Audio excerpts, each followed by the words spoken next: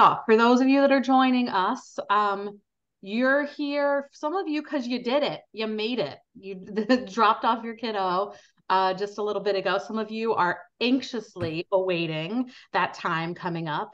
And this particular Zoom and this particular event in our Off to College series is just for you, just for the parent, just for the caregiver, just from your perspective. Obviously, the majority of the work that we do here at the Diabetes Link is focused on your young adult and their experience and what they're going through and what support do they need. But tonight we're going to talk a little bit about what it's like from your perspective, because we recognize that supporting them and helping them thrive also means helping you help them. So that's what we're here to chat about. We've got some excellent people to talk to, both Stacy and Anna. I'll let them introduce themselves in just a second. Just to orient anybody, if you're new to us, if you clicked on this link because somebody sent it to you, the Diabetes Link was formerly known as the College Diabetes Network. We have rebranded and expanded our mission in the last year to serve all young adults that have all types of diabetes. But obviously with this program and our legacy programs and like our original organization, Heart and Soul, is really focused around that like college experience, which all of you guys can relate to. My only other comment, like housekeeping, is that the chat is open. So feel free to drop questions in there as they pop up and as they come to you. And we'll get to them at the end. We're gonna try to kind of roll through some of our talking points and things that questions that I've prepared for Stacy and Anna, but we will come back and loop to your questions at the end. We'll kind of scroll through them. So if you think of something, go ahead and drop it in the chat and we'll come back to you. Great. Love it. Without further ado, do you guys want to take a minute just to introduce yourselves, your connection to diabetes, this caregiver experience? Sure. Stacy, why don't you kick it off? Sure. Hi, everybody. I'm Stacy Sims. I am the host of Diabetes Connections, a podcast for and about people with type 1. And I'm also the author of the World's Worst Diabetes Mom book series. My son was diagnosed right before he turned 2 with type 1. He is soon to be 19. He is a college freshman. So we just went through the whole process and the drop off in August. I am also the organizer of Mom's Night Out, which is a new event for moms of kids with diabetes, any type of diabetes. We're going to talk more about that at the end, but I have a promo code for everybody. You can save half. So we'll talk about that later on. But I'm really excited to share our experiences. I call myself the world's worst diabetes mom because I do, well, we'll get into it, but I don't think there's any sense of chasing perfection with diabetes. I'm all about safe and happy, which makes me weird and worst in some people's eyes. Not at all. And that's part of why we're here, is that there are experiences unique to everybody. And there is no one right or wrong way, but there are some, best practices and like things we can do to help make it easier for everybody. On that note, Anna, do you want to introduce yourself? Speaking of there's no right or wrong way, but helping parents figure it the heck out. Nope. My name is Anna Sabino. And I don't know where to start. I've been living with type 1 for 34 and a half years. Definitely no right or wrong way. I feel like every day is a different day, a different roller coaster to ride. I am a parent. My kids are likely screaming above my head now, fighting bedtime. They are 3.5 and 6. Knock on wood, no type 1 there yet. Hopefully never.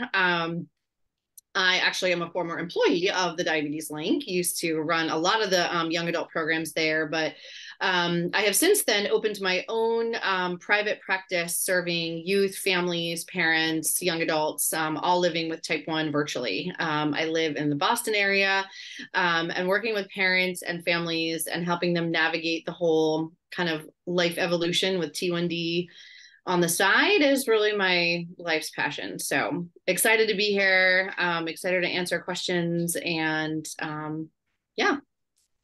Thank you both for our audience. We are super lucky to have both of these incredible women with us to share some insights from all of their lived experiences. And so I'm really appreciative. We're going to jump right into questions and a little bit of like a couple of the talking points and areas that we want to chat about. So from our perspective, from the parents' perspective, let's talk about preparation. being prepared, feeling prepared, getting prepared for this process. And I would say that this question specifically speaks to those parents that are just starting their college journey, and their kids are maybe starting the journey. A lot of you responded in the chat that you're just getting ready, or you're dropping off next fall, or your kids entering their senior year. Very likely you're overwhelmed by the countdown of all the things to do, college tours, applications, the FAFSA, acceptances, packing everything, and then you add in the layer of diabetes prep. And then also, depending on your family dynamics, but depending on your young adult's diagnosis date, you've probably been taking care of a lot of their diabetes management over the years. And again, that can be different for everyone, right? But that could look like, if we were all on camera, we could raise our hands, but I can raise my hands for all of these: ordering their supplies, dealing with insurance, middle of the night lows, carb counts, school communication, doctor appointments, buying all the low supplies, on and on. And then now your young adult, is 18, and they're getting ready to be away from you, and they have to take all of this on themselves. And how do you help them get there? How do you prepare for it? So reflecting on like this phase specifically for you, Stacy, can you share about what did you and your family do to prepare for your son's independence and managing his diabetes? Sure. And I might add on to that, what do you wish you might have done differently? So what we did was, my son was diagnosed very young, as I said, and I think this really varies if your child is diagnosed older. Certainly if your child is diagnosed in the year before college begins, it's a whole different ball of wax. But we encouraged independence from a very young age. And we reinforced that as my son grew up, and we let him do a lot that made me very nervous, but that I knew would help us all in the long run. And the whole goal was that we wanted him to be completely independently managed by his senior year of high school, which in my mind meant I would only help if needed. We did the insurance stuff for him and ordering of supplies, and I want to talk about that a little bit more in a minute, because we did change that before he went to college. But for everything else, it was, changing infusion sets, filling insulin cartridges, being responsible for everything. That was on him. And we were able to do that because we let him go, and we let him make a lot of mistakes, and we let him manage diabetes in a way that was not the way I would have managed diabetes, which is really hard, especially in middle school when, I don't know, I think they lose their brains, but you have to be really patient. So for us, it started with playtime at other kids' homes when he was in kindergarten, right down the street for 2 to 3 hours, sleepovers at age 7 or 8, which is when I let his older sister start doing sleepovers, sleepaway camp, diabetes camp to begin with, then regular sleepaway camp. I sent him to non-diabetes camp. And then he did a month abroad his summer before his junior year of high school. So when he was 16, he went to Israel for a month, which was really hard on me, but he loved, and dividing point for us.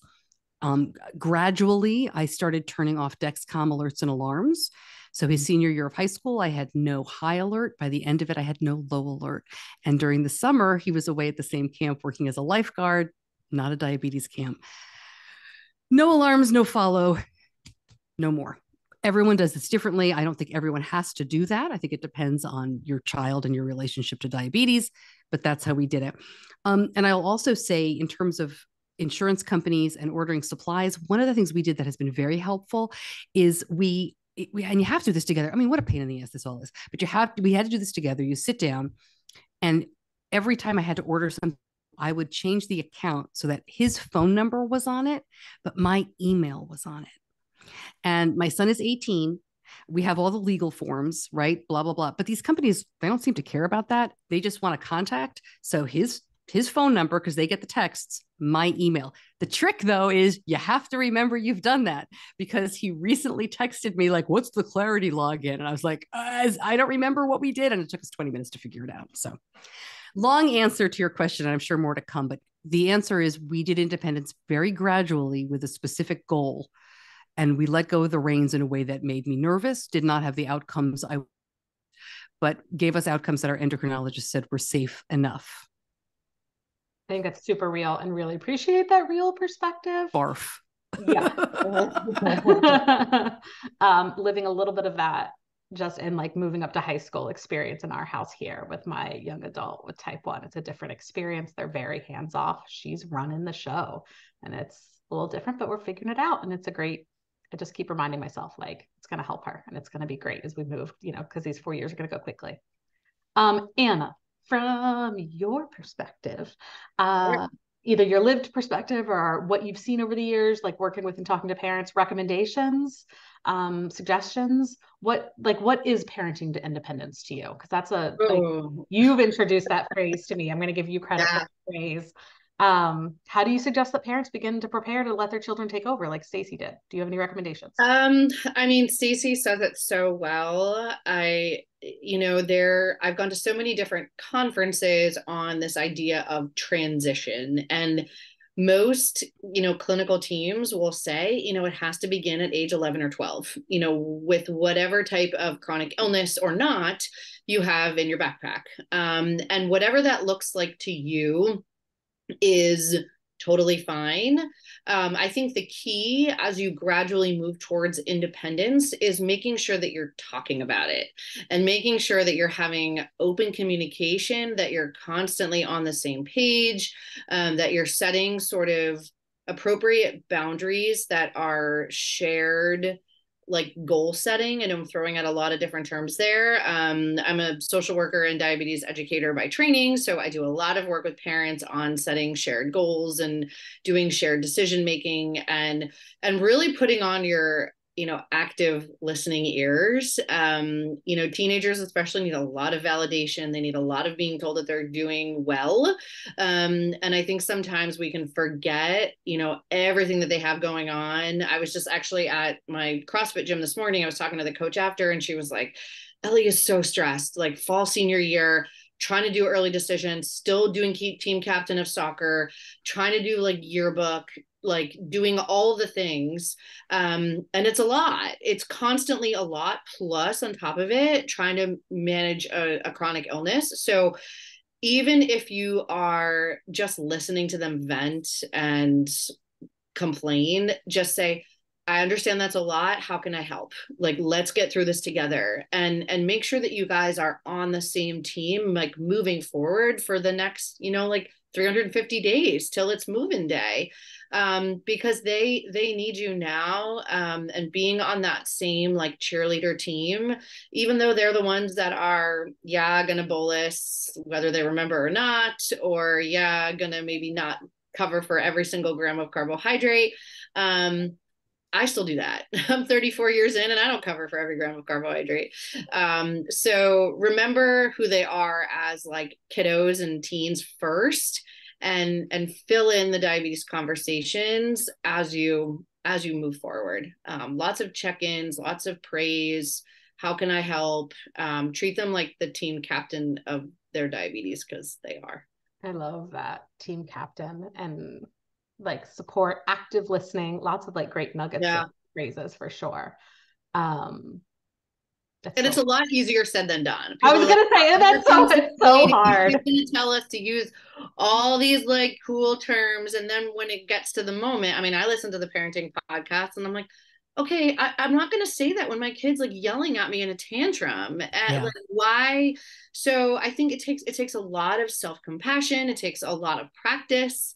I tell parents, practice in the car with your kiddo. Ask them, how can I help? It sounds like you've had a like rough day. I'm here when you want to talk. And sometimes the kids don't want you to say anything. They just want you to be in the room. That's all they want. And that presence is presence enough for 16, 17, 18-year-olds. That also works here with 14, 15-year-olds. But yes, I think that's great advice. And I think you're actually giving us a very natural segue into my next question. Oh, goody. Thanks. Preparation can mean some of the tactical stuff, Stacey, like you talked about, of, bolusing and site changes and filling, cartridges. And Anna, to your point, a lot of preparation is communication. And I think that's another super important topic. It's one of the ones that comes up obviously in our Facebook group and like in all the areas that we all work and overlap a lot, is communication and boundaries.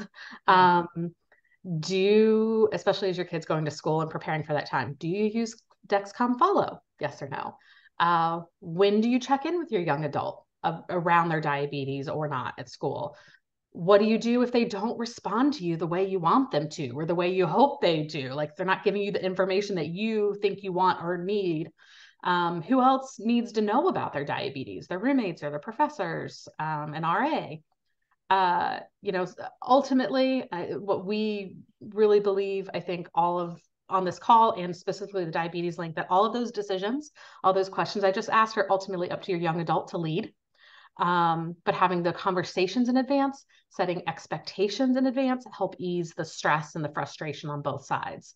I'm going to drop in the chat while Stacy and Anna are kind of giving us their lens on communication and boundaries, a link to one of our resources, a sample family communication agreement.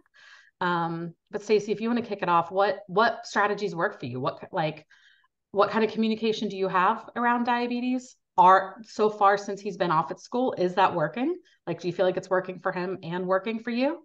How's Sure, that I can answer all the questions that you posed there. all of them, all of Yes, us. Remember yes, the we'll bang bingo. through them. No, because they really are good. And I would say that communication for us, it's not something that you can kind of pull out of your pocket when your kid is a senior in high school, right? This is a parenting situation, not a diabetes parenting situation.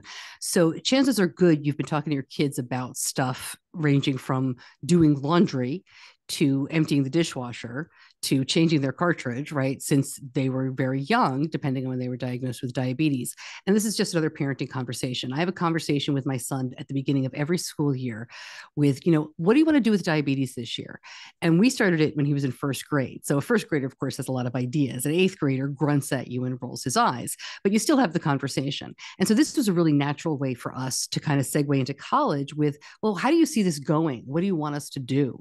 It was funny because when my daughter went to college, she doesn't have type 1, she doesn't have diabetes. We didn't talk about how often we were going to communicate. And about 4 days in, every Facebook group I was in was like, I've talked to my child 600 times. And I was like, I haven't even texted yet. So I texted her and I was like, how do you do this? And she was like, I'll call you when I need you. So we decided every Sunday we would FaceTime, and then it was up to her when she would text.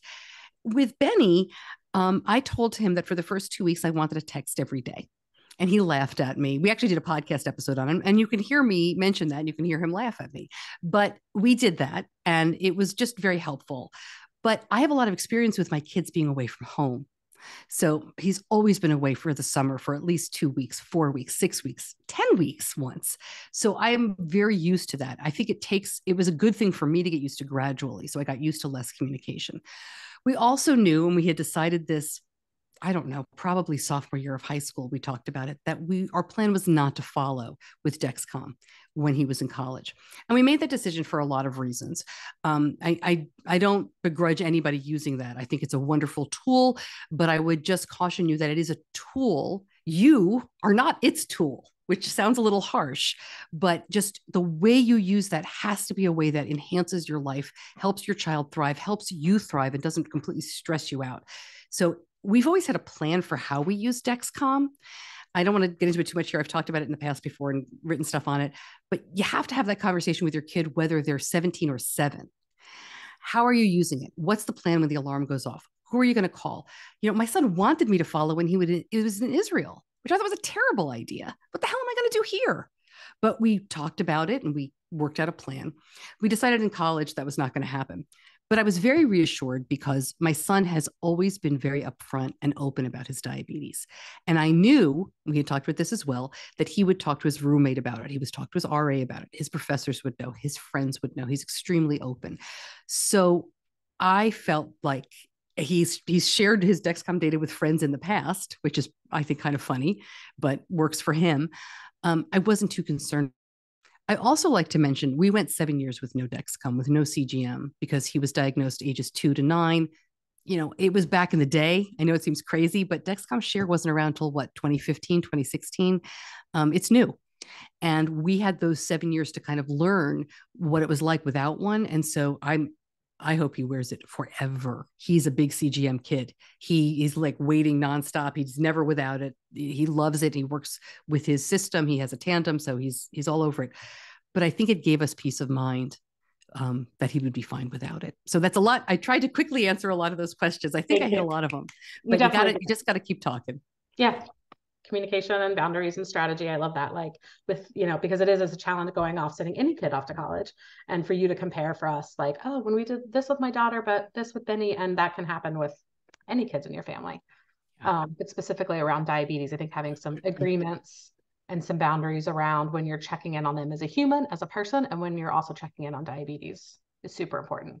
Anna, what about your thoughts? I was just going to add to, I mean, I think one of the number one reasons parents will reach out to me is because of their own stress, oftentimes, that the CGM can cause. And I also am probably not the best person to answer this, because for the first 13 years, my regimen was 2 shots a day, and we didn't know any information in between. I went to college, actually the same college as Stacy.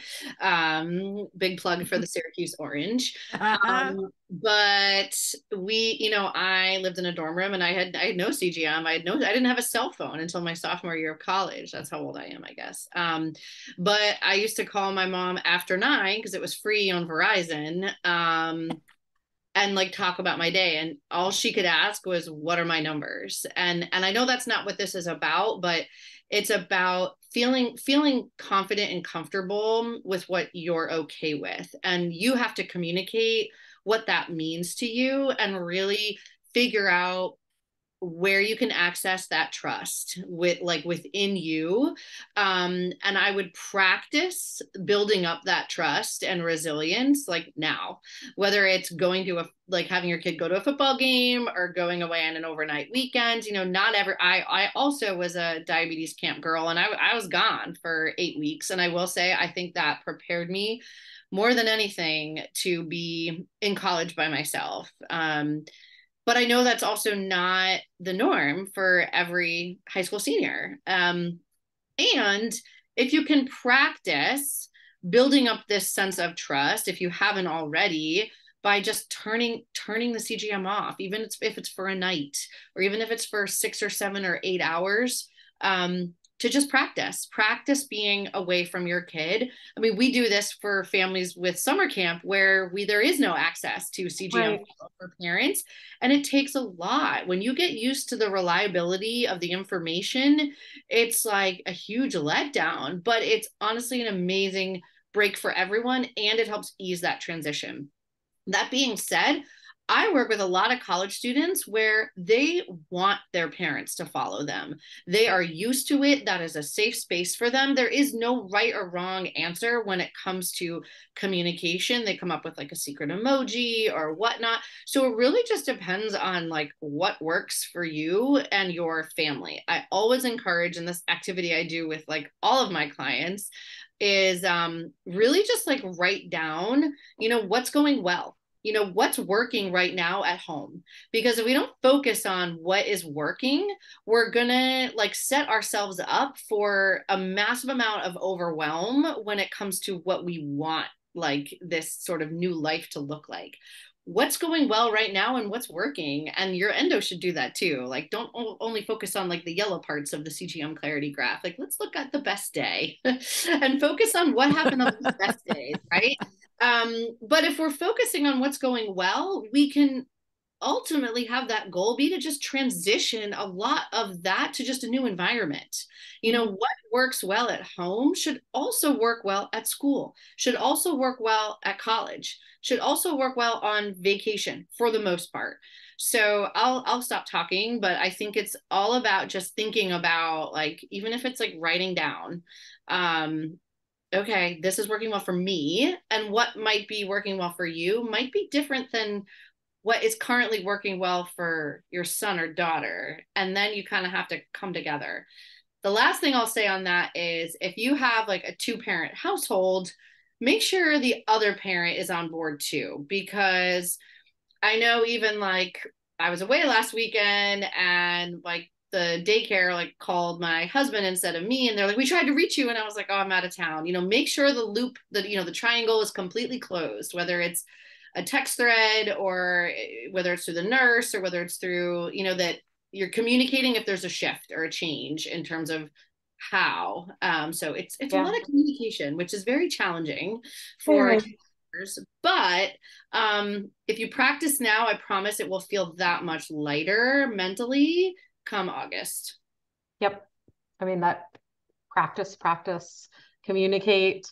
And I will say it's interest for me as like a parent of a younger teenager with type 1 who we've only known CGM, right? Like she was diagnosed and within 30 days was put on a CGM.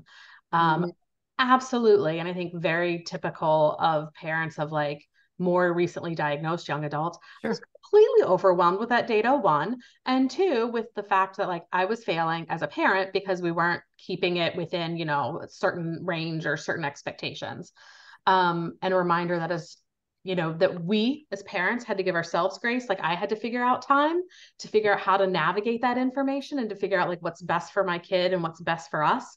And that our kids, as they take over that control and they start doing it themselves, they have to wrestle with that as well. Like if they're going off to college and you have a method of what works for you as like mom or dad or as the parent, and what you think is good for them, they're trying to figure all that out on their own. Oh, and like make new friends and go to school and, all new everything. So we have to apply that same grace that we have to learn. And that's a hard one for me to remember, but working on it. Hopefully, say by practicing and communicating by college, we'll get there. um, well, I think it's important. Another thing that comes up a lot in the Facebook group and like amongst parent conversations, and I know for me, going back to that idea of worry and like just worry, worry, worry. I feel like the biggest one when your kid is away from home is what if they don't wake up to their low alarm at night?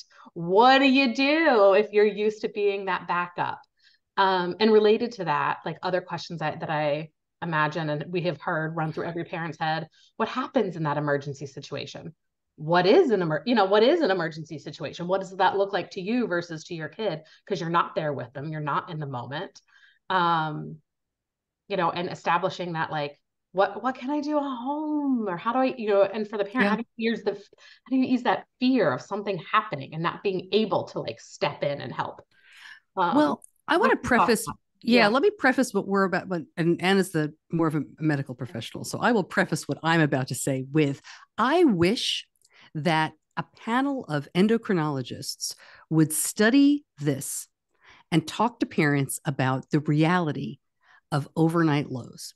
Because this is the number one thing, right? Everybody fears this. And we hear dead in bed, which was coined a million years ago with older insulins that nobody uses anymore. Can terrible things happen? Yes. But I would urge everybody on the call and everybody who's listening to have this conversation privately with your endocrinologist, not something I would talk about in front of your kid. Ask them about the reality. Ask them about their practice, and they will more than likely tell you the biggest thing that they worry about is alcohol and self harm. So I don't want to go too much into detail. I am not a medical professional. I don't have studies in front of me. I'm not going to tell anyone their fears are unfounded. But I would say if you're getting your information from the chances of something terrible happening to your child, bring that information to your endocrinologist. And I brought it to mine, who sees thousands and thousands of people, and I have not thought about it again. Having said that, how do you do overnights and worry about lows? And right, because we want to treat lows. Having Right. said that, we don't want them sleeping Right. through it. The anecdotal evidence that I will say of being in the community for almost 17 years is if you wake your kid up for lows and you treat them for every lows, they're not going to wake up for their lows because they know you're coming in, even subconsciously.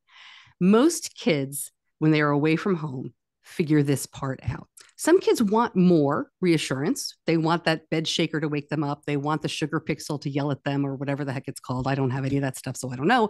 But they want that.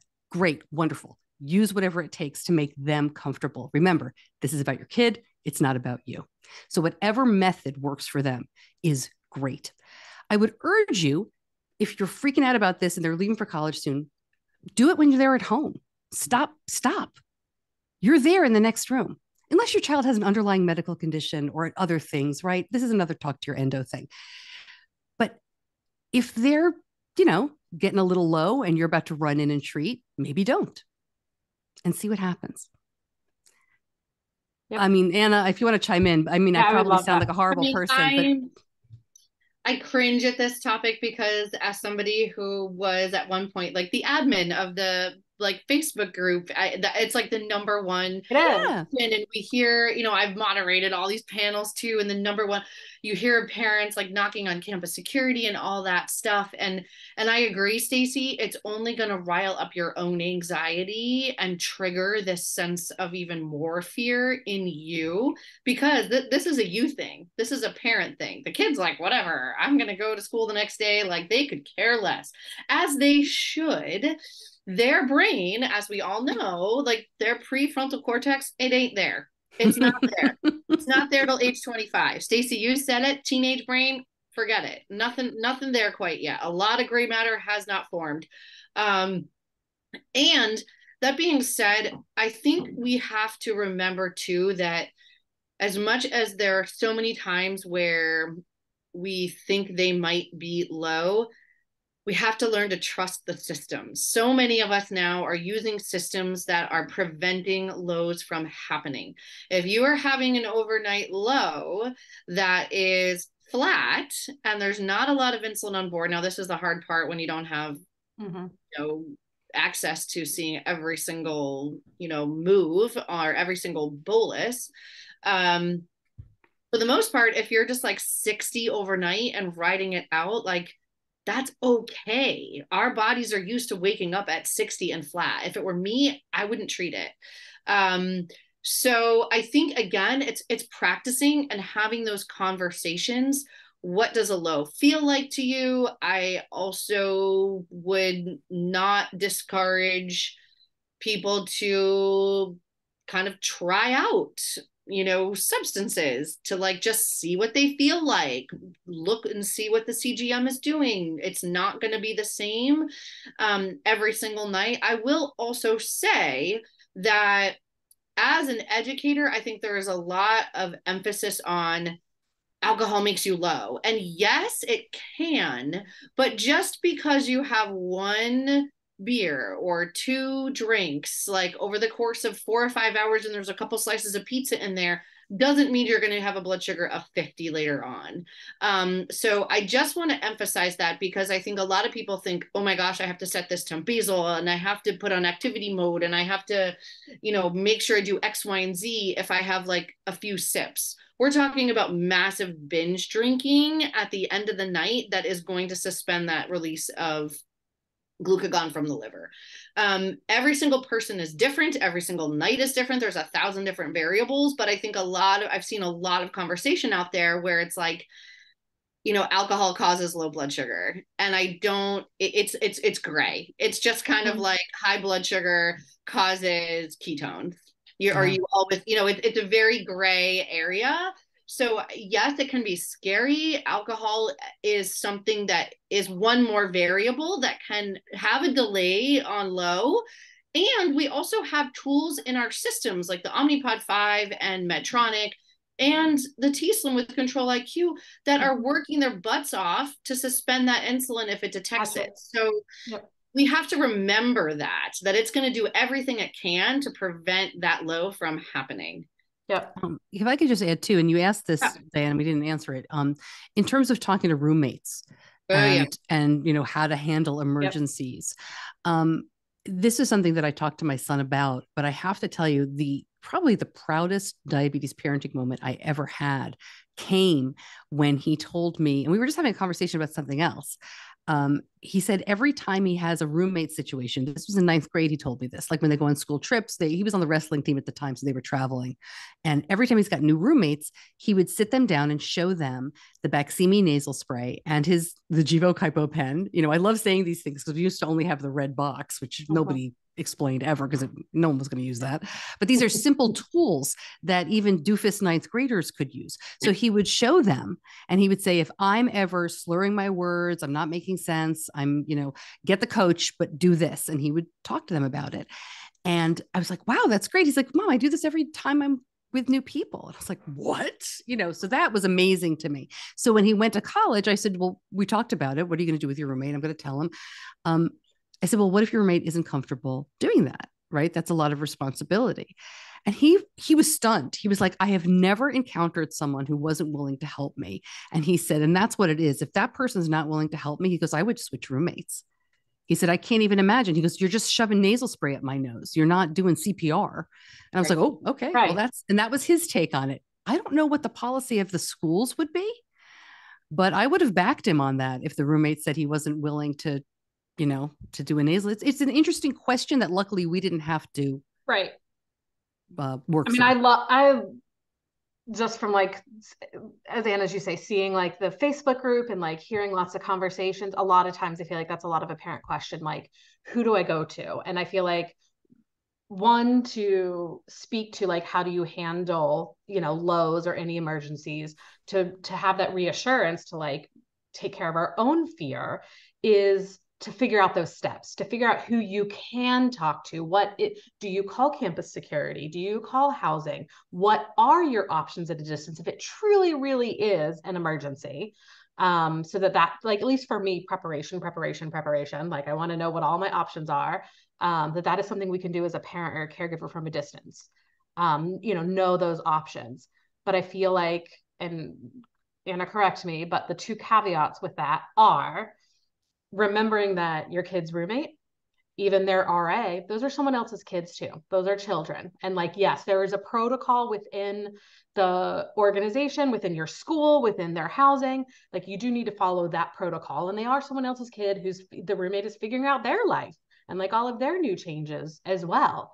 That's super important to like respect and understand that, you can't expect a kid. It's not fair or appropriate really to expect a roommate to be your like emergency response for all the things. And like you said, Stacey, Benny's had a great experience. And absolutely, for anyone that's close to you or that you have relationships with, for sure. But that might be different people. It might be a roommate. It might be somebody in the room 3 doors down the hall, or it Yeah, might it's an be a interesting friend on question. the I other see what you're floor. saying. I Yeah, totally see it what could you're be saying. And you don't want to put the burden on people, but at the same time, I think the way my son approaches it is if I broke my leg, would you leave me lying on the floor? absolutely, yeah, He's not, and I thought it's a really interesting question. We could talk about it, I'm sure, for its own right, hour, yes. liability and things like that. But yeah, it can't be legal the responsibility of that kid. But why would, as my son says, like, why would you want to be friends with somebody who's not going to help you? I think that goes back to ultimately your kid should lead these conversations. Yeah, One, I don't have the obviously, roommate's phone number, by the way. great. That was my only other thing I was I going to kind of like to for other reasons. Are they doing laundry? Are they eating? Yeah.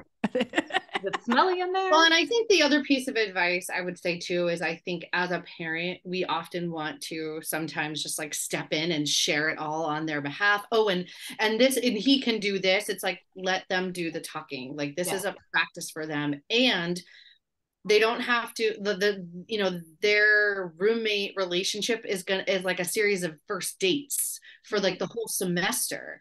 I remember being a freshman being like, I don't know you, am I going to have dinner with you, do you want to pull me in here, and you gradually offload bits and pieces about your life and include diabetes in that as time goes on. You're not going to be like, this is what my carb count ratio is, and I have to do this, and I can't eat pizza, and all like in one text message. Like that would be insane, and I would not want to be friends with anyone who did that to me.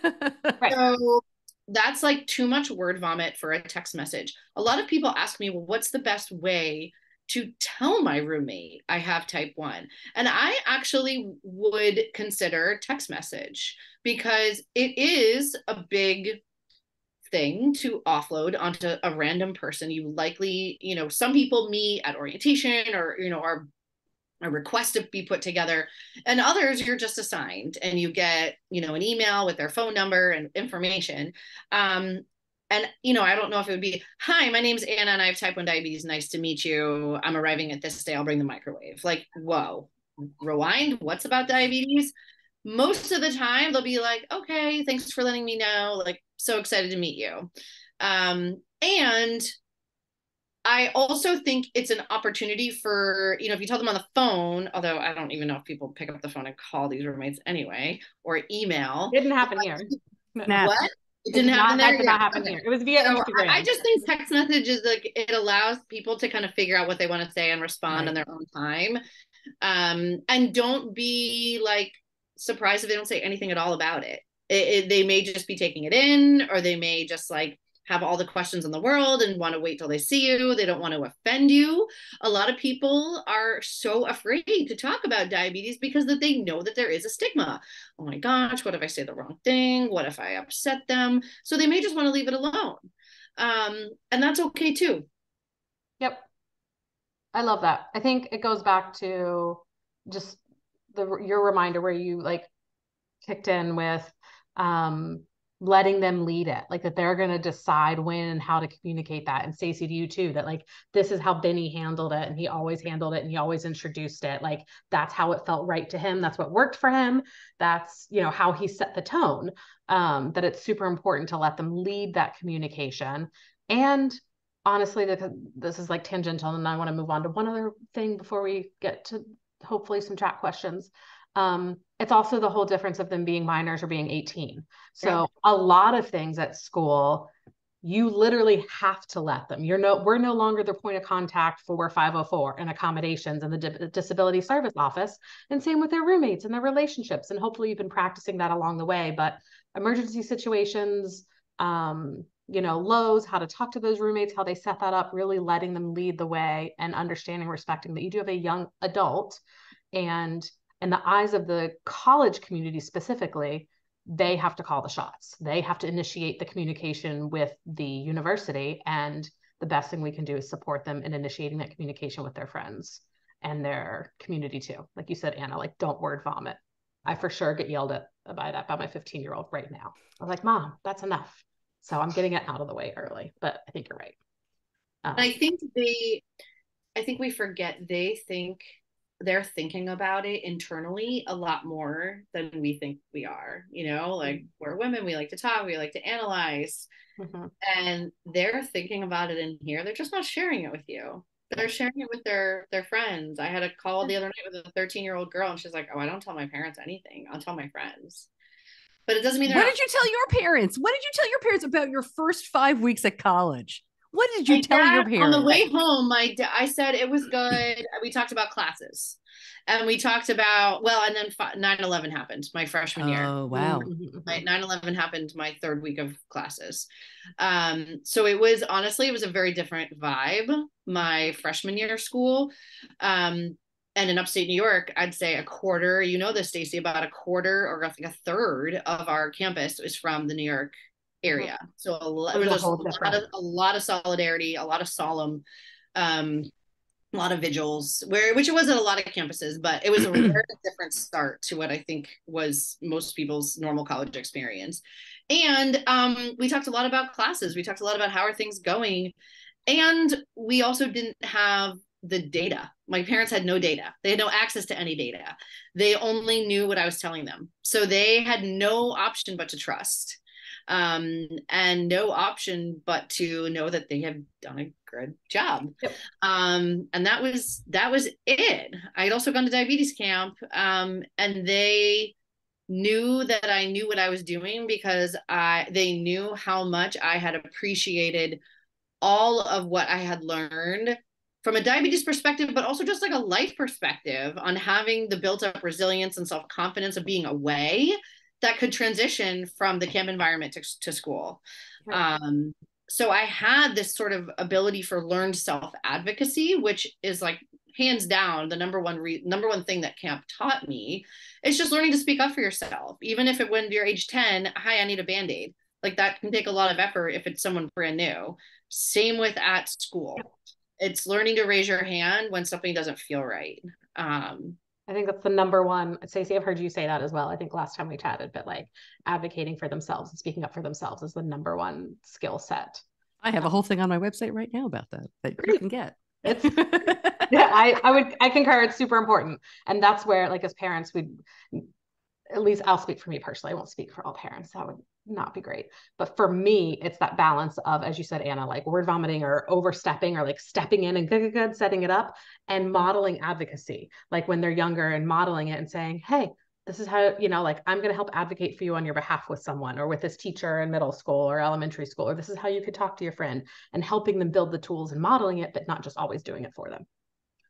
I think the other thing that I would say too, and I know that Benny had probably this as well, like My parents knew how much I relied on my camp community for my diabetes support.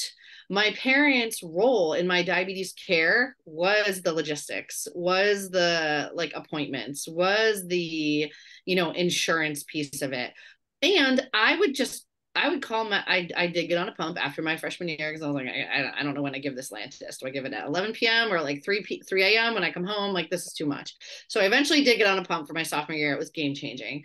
But I still was the one that was like called Medtronic and changed the shipping address. This happened once. My supplies got sent to camp because and then they had to route it. That just happens.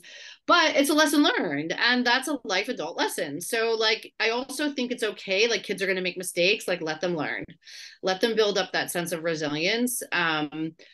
And I forget what I was going to say there, but I can jump in on that. I had my diabetes support system in place before I left for college. And I think that's also important, whether it's through the link, whether it is through JDRF, or whatever it's through, like, have your own tribe, and have your kid have somebody that they can lean to so they feel ever so slightly less alone come August. Yep. Stacey, you wanted to add something, and then I want to switch us to talking about that idea, peer support. No, go right ahead. Go right ahead. Community.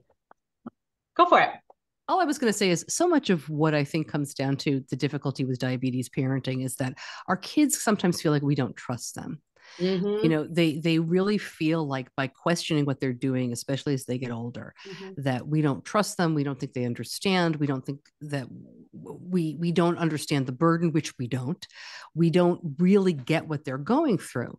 And so what's been really helpful for me over the years is to talk to Benny in a way that shows, and I mess this up all the time. I mean, whatever, but we try, right, to say, look, I know you're doing a good job. I know you're doing the best that you can, and diabetes just stinks, but I don't see you doing this. Can you show me how you're doing it?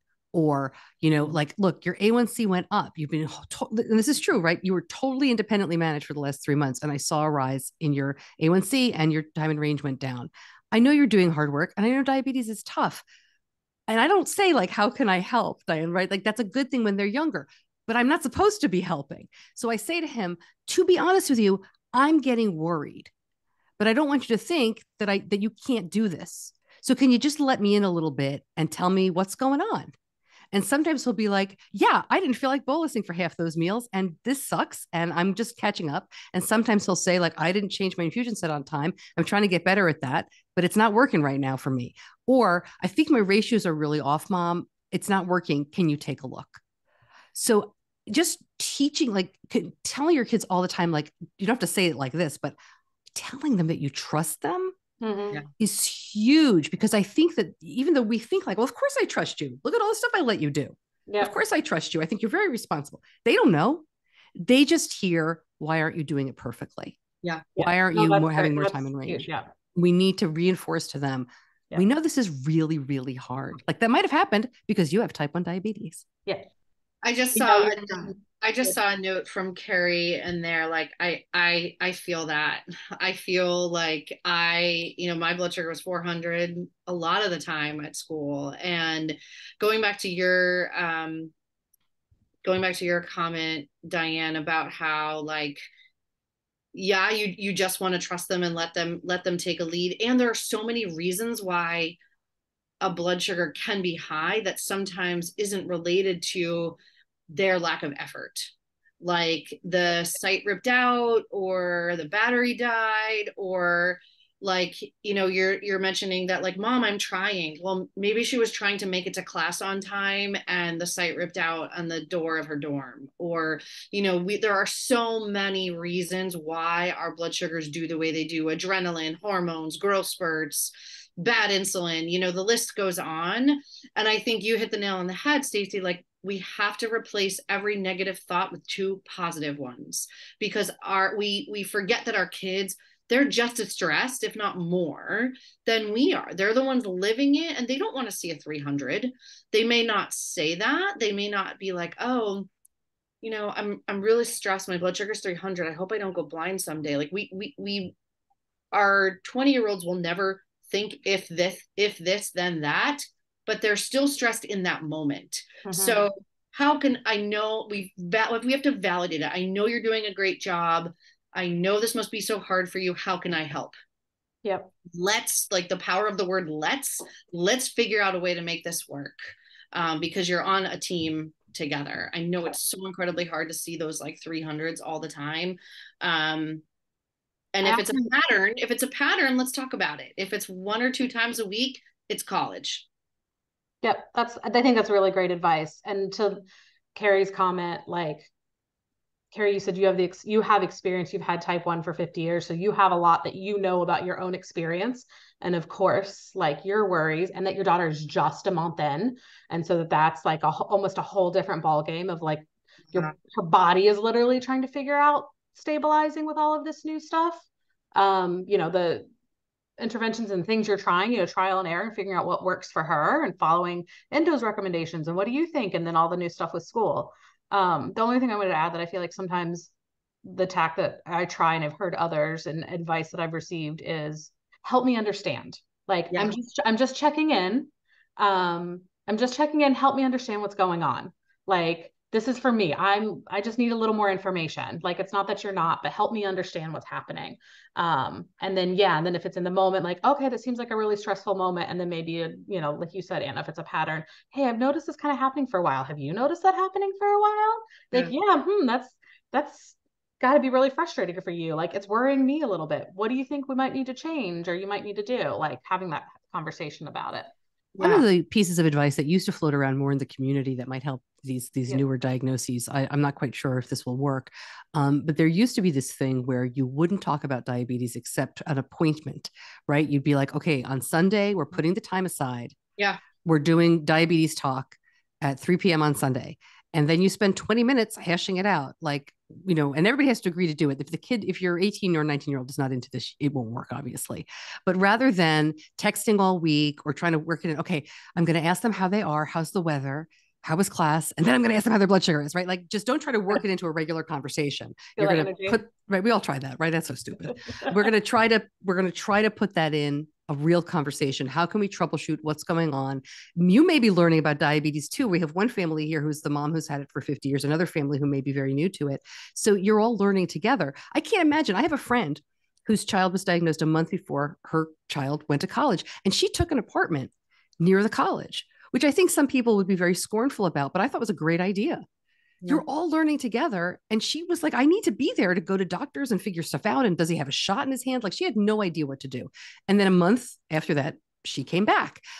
So we all do this in our own ways, but diabetes is a huge learning experience. Huge. So I think putting that time aside to be like, okay, can we try it this way? And if your kid doesn't go for it, maybe not the best idea. But I'd also, if you're super worried about complications and, oh my gosh, that 300 is going to keep me up all night, talk to your endo once again. Ask to see the most recent studies. All of the studies show that kids diagnosed today are going to be super healthy. Even elevated blood glucose is not going to hurt them in the long run. There's a lot. I mean, I'm a little Mary Sunshine. I get pushback a lot that I'm too positive, but the EDIC study, the EDIC will change your life. So go look that up. I had no CGM all 4 years of college. My A1C was never below an 8.3, and I've had 2 healthy kids, no complications. My eyes, kidneys are fine. Not to say that like I am a poster child in any way, shape, or form. But I definitely go over 200 every day still, and I try my hardest. And I hope that is helpful. I hope that doesn't just sugarcoat life. There are going to be days that are just hard because they're hard. And I think this is a massive life transition, a massive life transition. And they say it takes like 6 to 8 weeks for anything to sort of settle into a routine. I'm still feeling that big time where I'm in the Boston area. We're only in like week 2 of the first 5-day week of school. And my kids are bonkers. Can I share while I just want to share a quick story that my son shared with me. So Benny is I sent him, and Anna, you might recognize this. I sent him the world's okayest diabetic embroidery. I don't know if you've seen that. I'll have to put it on Facebook. Probably. I'm sure I've seen it. It's like the world's okayest mom or whatever. It says the world's okayest diabetic. So I sent him that because that's what he is. He is super into his automated system. He changes his infusion sets. He fills his cartridge, but like he's not checking his blood sugar all day long. But he called me. The only time he's really reported in about diabetes was he had a really, really tough night. He had changed his infusion set and went to bed, and it didn't take, right? It was kinked, something was the matter, whatever. And he was, I'm sure that he just ignored it all night, and he woke up feeling like trash. And he had to deal with that, and he had to figure it out, and he had to do it. And he just, I mean, I did not see the numbers because I don't have Dexcom. But I'm sure he was high, like just the word, all night. And that is so hard to hear, right? I'm so sad for him because I'm sorry, what a crappy night he had. But what I said to him was, that sucks. I hate to hear that. I hope you're feeling better. And he was like, yeah, I'm fine. I'm chugging water, blah, blah, blah. And then 5 minutes later, I texted him back because it occurred to me. I was like, thank you for telling me that.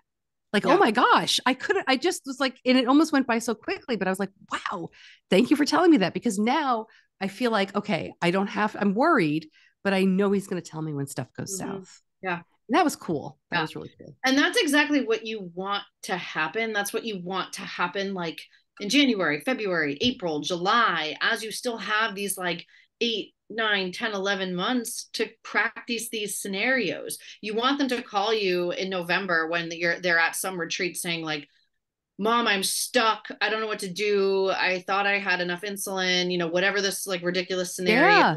Like that's building trust, but it's also building self-advocacy, and it takes a lot of guts to put themselves out there and feel a little bit more vulnerable. And to your point, like, it does suck to feel so high, like to try to go to class when your blood sugar's high and you haven't had insulin and your site kinked or whatever the reason was. That happened to me last weekend. I felt, and you still have to go on your day. Yeah. You still have to go to class. I mean, you could just not go to class and have the, accommodations in place, but most people don't want to do that. Most people just want to go to class because it's easier, give the injection and go. That's what I did. I was like, no, Anna, you know how to do this, pull through. And yeah. Yep. No, I think that's, like all of it, you're filling my cup with, a young adult. And I think the feedback that we're getting in the chats, thank you for those, your parents that are like open and sharing with us about your experience, your fears, your worries, and even just being open to hearing like another perspective. That's what it's all about, right? Like we keep supporting each other. Yeah. We're getting to the end of our time. We're at the end of our time, and we could probably do this for another hour, but I want to be mindful of everyone's evenings and childcare and things to do. One of the things we didn't get to talk about, but that I just want to acknowledge, is the concept of self-care. And all parents have all felt that, like you can't fill from an empty cup. One of the things that I would encourage all of our parents to think about, and would have asked you each if we had time, and we don't really. But maybe if there's some stuff in the chat, how do you do that? I know, like, at least as a parent, especially right now, if you've just dropped your kid off, it feels different at home. It probably feels a little empty. It probably feels a little lonely, or, you're craving that connection, that like daily text with your young adult, or maybe you're used to like being in it. And like you said, watching those numbers, interacting with them daily. It's different. So how do you navigate that self-care piece as a caregiver, as a parent, fill your own cup, keep it together? I think the title or one of this event is like staying sane while they're off living their best life. Like keeping it together for yourself so you can show up for them. So quickly, for either of you, do you have any like tips, tricks? Stacy, something that like works for you, that's like your go-to, Anna, for you, or that you recommend to parents? Yeah, I'll be very quick. I got 3. You've got to be selfish, and start being selfish as a mom as early as and often as possible. I know this is very difficult for most of us. Put it in the back of your mind. Being selfish is a wonderful thing. You're not going to be a terrible person. You're not going to be very, very selfish. Do stuff with other diabetes moms. Things like this, being in the Facebook group, doing local meetups. If you know anybody locally, take them out for coffee. Go to Panera, say, I'm going to be here Thursday at noon. If one person comes, great. If 20 people comes, even better. But just do it. I'm here. Put yourself out there. Don't be shy. And then, of course, Mom's Night Out is really what you should do. And we can talk about that at the very end. But that's a big event for more moms. But do stuff with other moms who get it. There really, really is very important. Also, It's a good idea. It's not judging. If you've always stayed home with your kids, that is so awesome and wonderful. Do not lose yourself. Who are you? What do you like to do? What makes you happy? What jazzes you up outside your kids? Figure that out and do it. It's never too late. You can go back to school. You can just sit and read a book. Cleaning your house makes you happy. Great. Quilting, I don't know, singing jazz, whatever. Figure out what makes you happy and pursue that. Anna, you have little kids. I don't think I have anything else to add, but like that number one man on like be selfish. Like I booked a pedicure today for Friday, and I think it depends on your age kids, right? I sneak in an hour to do something like that in between my last client and by pick up my kids at preschool. Like, okay, I bring my book, I don't bring my laptop, and like that's my self-care. But I also think like you have to set boundaries for yourself too. And the last thing I'll say is just practice. Like you don't have to be with your kid 24/7. Nobody wants that. I don't want that. And they don't want that. So lean into what you love and keep filling that cup in whatever way makes sense to you. Love it. Thank you both so much. I'm dropping into the chat while you guys were talking my email here, and I've dropped in some links to the resource hub. If anyone wants to get connected to either Anna or Stacy and the work that they do, you're welcome just to email me and I'll connect you. We'll put some links in the chat as well. And we'll send them up actually in your follow email for the recording to Anna's business, Finding Smiles Coaching. She's got specifically, Anna, tell me if I've got this right, Coping for Caregivers course that's starting in a few weeks. And it's like a little mini course, but literally where you're working with caregivers like this. So if anyone wants, it's a 3-part mini series talking about caregiver burnout, boundaries, communication, all that good stuff. I also work with a lot of college students separately, one-on-one. So for student or for the parent. And Stacey, to your point, Diabetes Link is proud to start sponsoring some of the Moms Night Out events. It's a great opportunity to connect and to be in person. I know I'm hoping to get myself to one. And as you mentioned, you've so generously offered a discount code to the Diabetes Link, and we'll share that out in the email as well. But I just want to co-sign, it's a great opportunity if one of Stacey's events is coming near you, to meet up and just spend some of that self-care and community time with other moms who get what you're going through. It's good stuff. We got cocktails and mocktails. Great. Oh my gosh. Definitely sign me up. Be sure to check out the resource hub. That's my last plug. It's mostly for young adults. The Diabetes Link as an organization does a ton of work, and we have done a ton of work of moving all of the work we've done over the years and supporting your young adult with things that we talked about tonight, partying and drinking and substances, and how to talk to your roommates and how to deal with accommodations and what accommodations to request. And all of that's on the hub. And there's a section for parents and caregivers as well. Some great just perspective and things to kind of help support them. And that's what we're here for. Thank you for joining us. Keep an eye out for that email. Don't hesitate to reach out. Connect with us in the Facebook group, and we'll talk to you all later. Thanks so much.